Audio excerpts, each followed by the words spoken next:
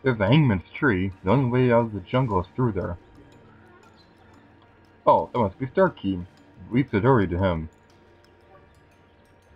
Hello everybody and welcome back to Let's Play Epic Mickey. I'm Lady Gear to you and today we're going through Epic Mickey again as I just said a moment ago. Anyway, ignoring that awkward intro, we're going to be going over here to talk to Starkey. Oh yeah.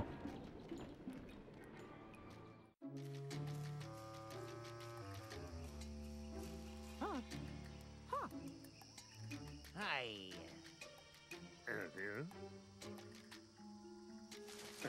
Hey.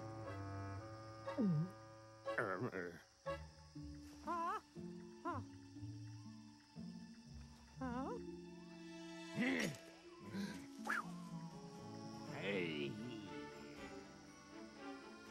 Hey. Yeah.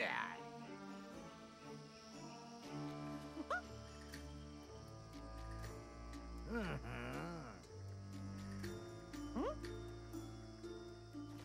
Hey.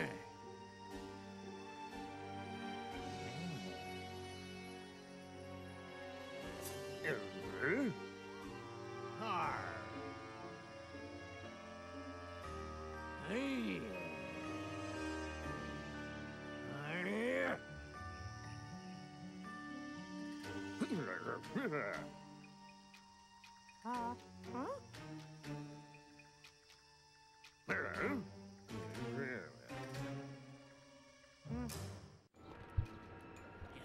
There would be a handful of villains in the jungle, any one of which could lay Starkey low. Is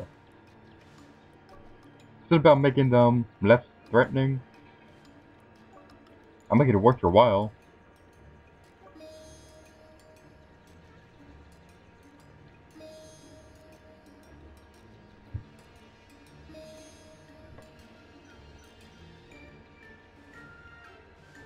So, this jungle has a lot of side quests in it.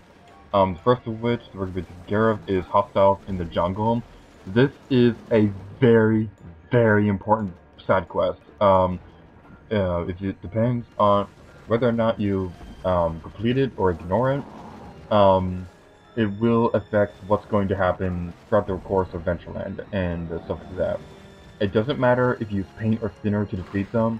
All that matters is that you defeat them at all. If you completely ignore them and just let them, like, not be destroyed or befriended or whatever, if you completely ignore them, it is going to affect what's going to be happening in the next area. So just keep that in mind. There's also this gem right here, which there's gonna be plenty of those in this area. So there's stuff. So there's hostiles in the jungle and the mystery gem and the jungle symbols. There's a lot of side quests in this area, and this is one of the more one of the more obnoxious areas to plan out when I was planning out this set play, because there's like so many side quests in this area. There's a Blotling right there. It's still super adorable when it's sleeping. But something that is not adorable is how this beetle works right here. This is my... Well, there's a cutscene right here. I'll talk about in a moment. Yikes, that pirate looks deep. What pirate? He's not on screen! Oh my god, that's weird timing for the cutscene. Anyway, this beetleworks is pretty much the equivalent to the one that's shooting paint and thinner at the end of Space Voyage. This is my least favorite, like I said before, this is my least favorite Blotling, not Blotling, Beetleworks. This Beetleworks, especially this type of Beetleworks, is so annoying. There's nothing about it that I like. You have to use your thinner against it to destroy its armor. And it's all skeletons and scary looking and kind of Terminator-like. When the green circle thing on its back is exposed, you want to destroy it. There's nothing about that enemy that I like at all. I just outright hate them. There's nothing about them that I like. Now there's only 3 more enemies in this area. To take care of. Two of these are these flamingo beetleworks enemies.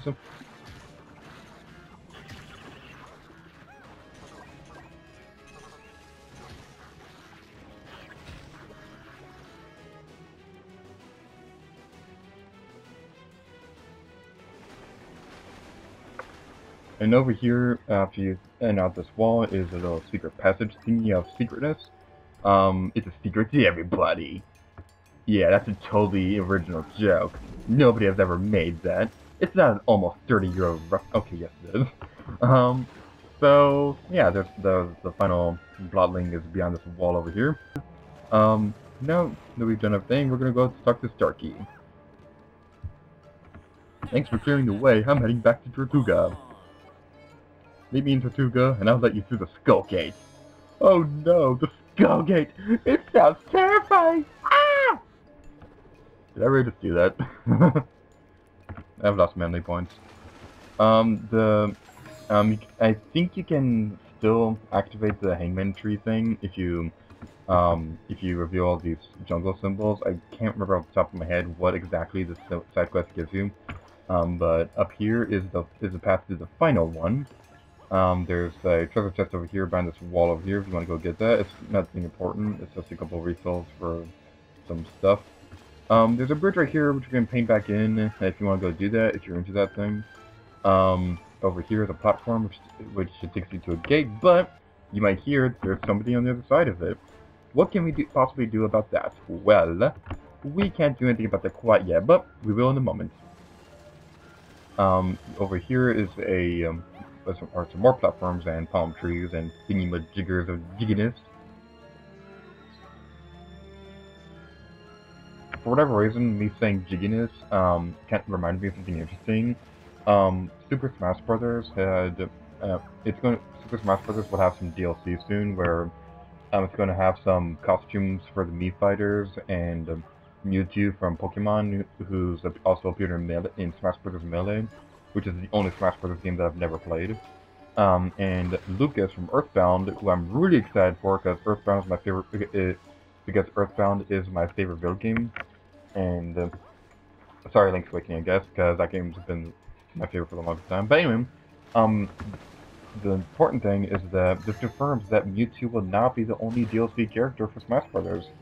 And on the website there are 5 empty slots, one of which is most likely for Lucas. Um, but what the really important thing is that there's going to be a ballot thing for Smash Brothers where anybody can vote for what characters they want in game. So, um, so the reason why I'm bringing this up is because the seat the head of the Xbox division for Microsoft, I can't remember his name right now. I think it's Phil or something like that. Makes sense because we all know the Phil joke that I keep making, where everything I hate in the video games named Phil, even though I don't hate the Xbox, I actually really like the Xbox. But that's not the point. The point right now is that the head of the Xbox division of Microsoft had announced that the Microsoft would be perfectly fine with Banjo and Kazooie appearing in Super Smash Bros. As DLC characters. I think that'd be really cool to see a character that Microsoft owns appearing in a Smash Bros. Game. Even though I don't really see how this would be beneficial for Nintendo themselves, because they'd pretty much be advertising a Microsoft product, and so I don't really see how this would benefit Nintendo, but it's still really cool to think about. I already voted for what characters I want. The only real characters that I seriously want for Smash Brothers are Mike from Star Tropics, because I love Star Tropics. It's a really fun game. Lana from Hyrule Warriors, because I think she'd make a really awesome moveset. And the other character that I seriously want is, don't make fun of me for saying this, but I really want Lara Croft from the Tomb Raider series to be a playable character, because I love Tomb Raider, and Tomb Raider has appeared on Nintendo Nintendo systems. I don't think it's going to happen because she's more of a Sony mascot, because Lara Croft is more of a Sony mascot, and in more recent years, especially with Rise of the Tomb Raider being especially with Rise of the Tomb Raider being a timed exclusive for the Xbox One and 360. I don't think she'll ever appear, but I think it'd be really cool if she did appear in Smash Brothers. And like I said before, Mike from Star Tropics and Lana from Hyrule Warriors are the only other characters that I really want for Smash Brothers. I guess Nintendo from the first Earthbound game would be a really cool fighter too, because it'd be more Earthbound representation. But those are like the only real characters I can think of. And actually, the other day, My sisters and mother were voting for characters. My sisters voted for Lara Croft as well, and they also voted for Mimi from Super Paper Mario. And my mother voted for the character from Pitfall, because she grew up playing games on the Atari like Pitfall and Adventure and stuff like that. So that's kind of cool. The I think Mimi would make a cool character, but the thing is with that is that prior to Smash Brothers being released and prior to them pretty much confirming that characters will no longer transform in battle, is that I had an idea for a character who was pretty much Count Black from Super Mario, where it'd be like the Pokemon trainer, where you'd go back and forth between playing as the Ochunks, Dementio, and Mimi, and I thought that'd be really cool, but it didn't happen because the characters no longer transform in battle. But if any of those characters were to make a playable fighter, I'd actually want Dementio to be a fighter, and the reason I won't actually say because of spoilers, but I'm just gonna say he's my favorite out of those three characters. I won't exactly say why. If you wanna know why, either play the game for yourself or go check out my Let's Play that I actually did a couple years ago. Hooray for self-advertising. After we activate these gem thingies, this one over here, you just need to paint in the gems. But some of these gems you need to paint them in, but other ones you have to find across the jungle. After all that, this well will open up.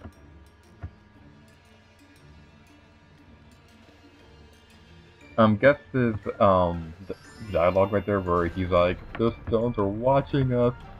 I'm just gonna say that right now that I really do not care for what he says right there. Because he says that multiple times, and he's all like, "The stones are watching us" every time you go in front of a stone head, even when you're already putting the gems in. I just really do not care for that. And the thing is, at least, but at least in this game, he's not voice acted, because in Epic Pikachu, Gus's voice is what really brought down the experience of that game for me, because I just cannot stand his voice in that game. After doing all that, we get a blue treasure chest. And we get animatronic Daisy's arm.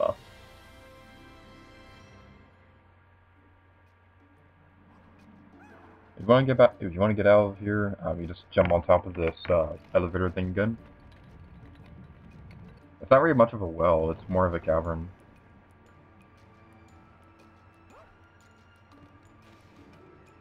So I think that's everything that we need to do in this place, because I think that's everything, because I think that's all the side quests and collectibles in this area.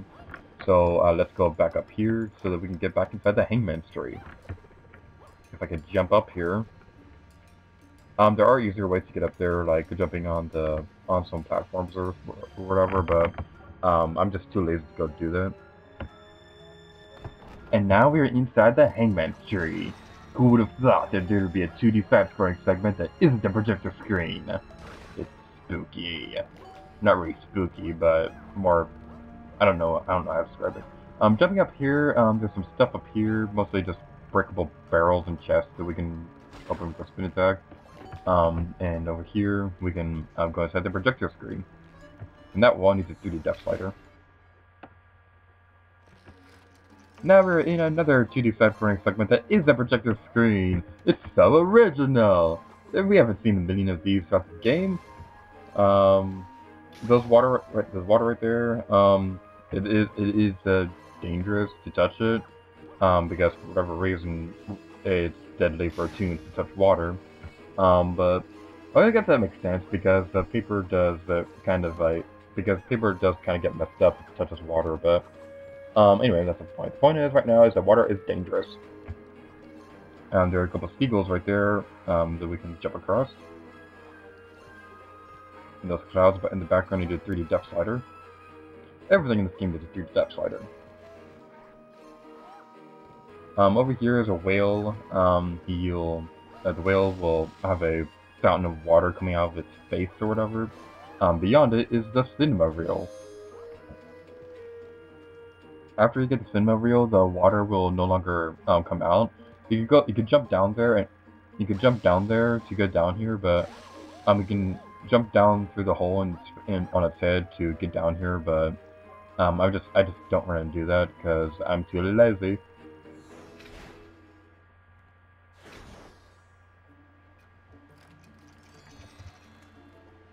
Looks like we need to find a beluga ability to activate the projector screen.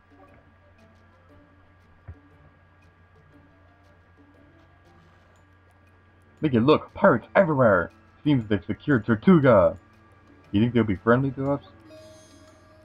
I thought so. If it weren't for us, they wouldn't have been able to get back to Tortuga at all. This area is this is one of those areas that the hostiles in the jungle side quest will affect because if you do not defeat all of them, as I saw in a moment, there are going to be enemies surrounding this area rather than pirates. But either way, no matter what you do, this treasure chest will appear, and inside of it is an animatronic Daisy's leg.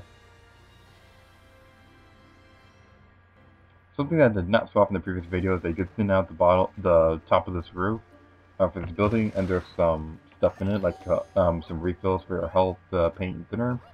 Not really that important. I just figured I might as well show that just in case you're having trouble finding some refills for your paint or thinner or whatever. Jumping across this gap over here will take us over to this area. There's some pirates right here if you want to go talk to them. Most of them will just thank Mickey, but you can also buy stuff like sketch refills and stuff like that. Like this guy over here, I'm going to go talk to him real quick. The taste of victory is sweet!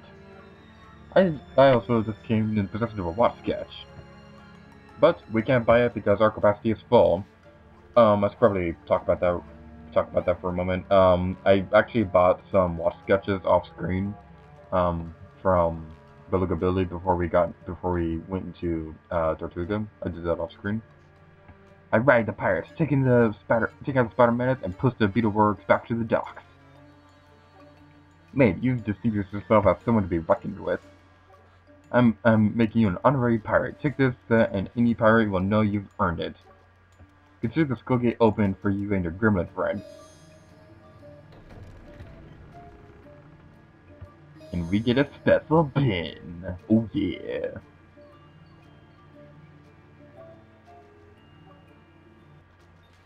And this is what happens if you did not defeat all the enemies in the jungle. So if you're like me on your first playthrough and you didn't feel like fighting any enemies, guess what? You have to fight enemies anyway! That's so much fun and great and not all that cool and stuff. And either way, you have to fight this stupid beetleworks enemy right here, the pirate beetleworks. I just do not care for this enemy at all. The beetleworks enemy right here, like I said earlier, when it does a spinning attack, when it does a spinning attack, the circly thing will be exposed. But what I did not realize at the time of recording this, I'm just gonna let you guys know right now. This is actually post commentary, by the way. This video is post commentary because the jungle is really obnoxious to get through, and my commentary just wasn't that great, so I decided to do post commentary over it.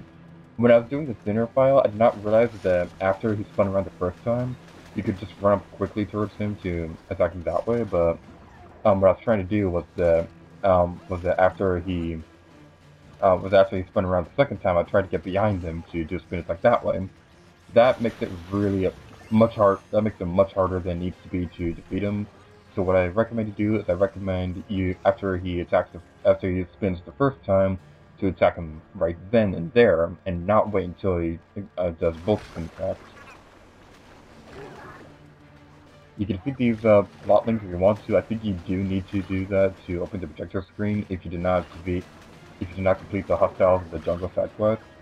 So I'm just gonna stress this again. The hostiles in jungle side quest is very important for Ventureland. Get back there, you sleeper.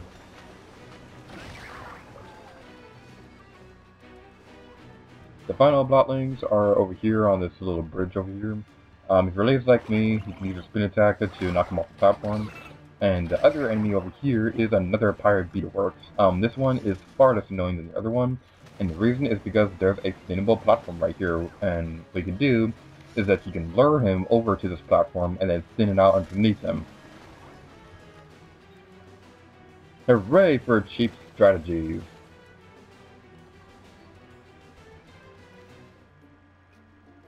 Well, Tortuga, while you continue on to Skull Island. Starkey says you're quite the scrapper. I'm glad you're on our side. That right there where he calls Mickey a scrapper, that's actually a reference to a beta element in this game where if Mickey made more thinner mistakes, then he'd be referred to as a scrapper. But, on that note, we're going to end this video off here, so thank you guys for watching this video of Epic and Mickey, and until next time, we'll see you. Oh yeah.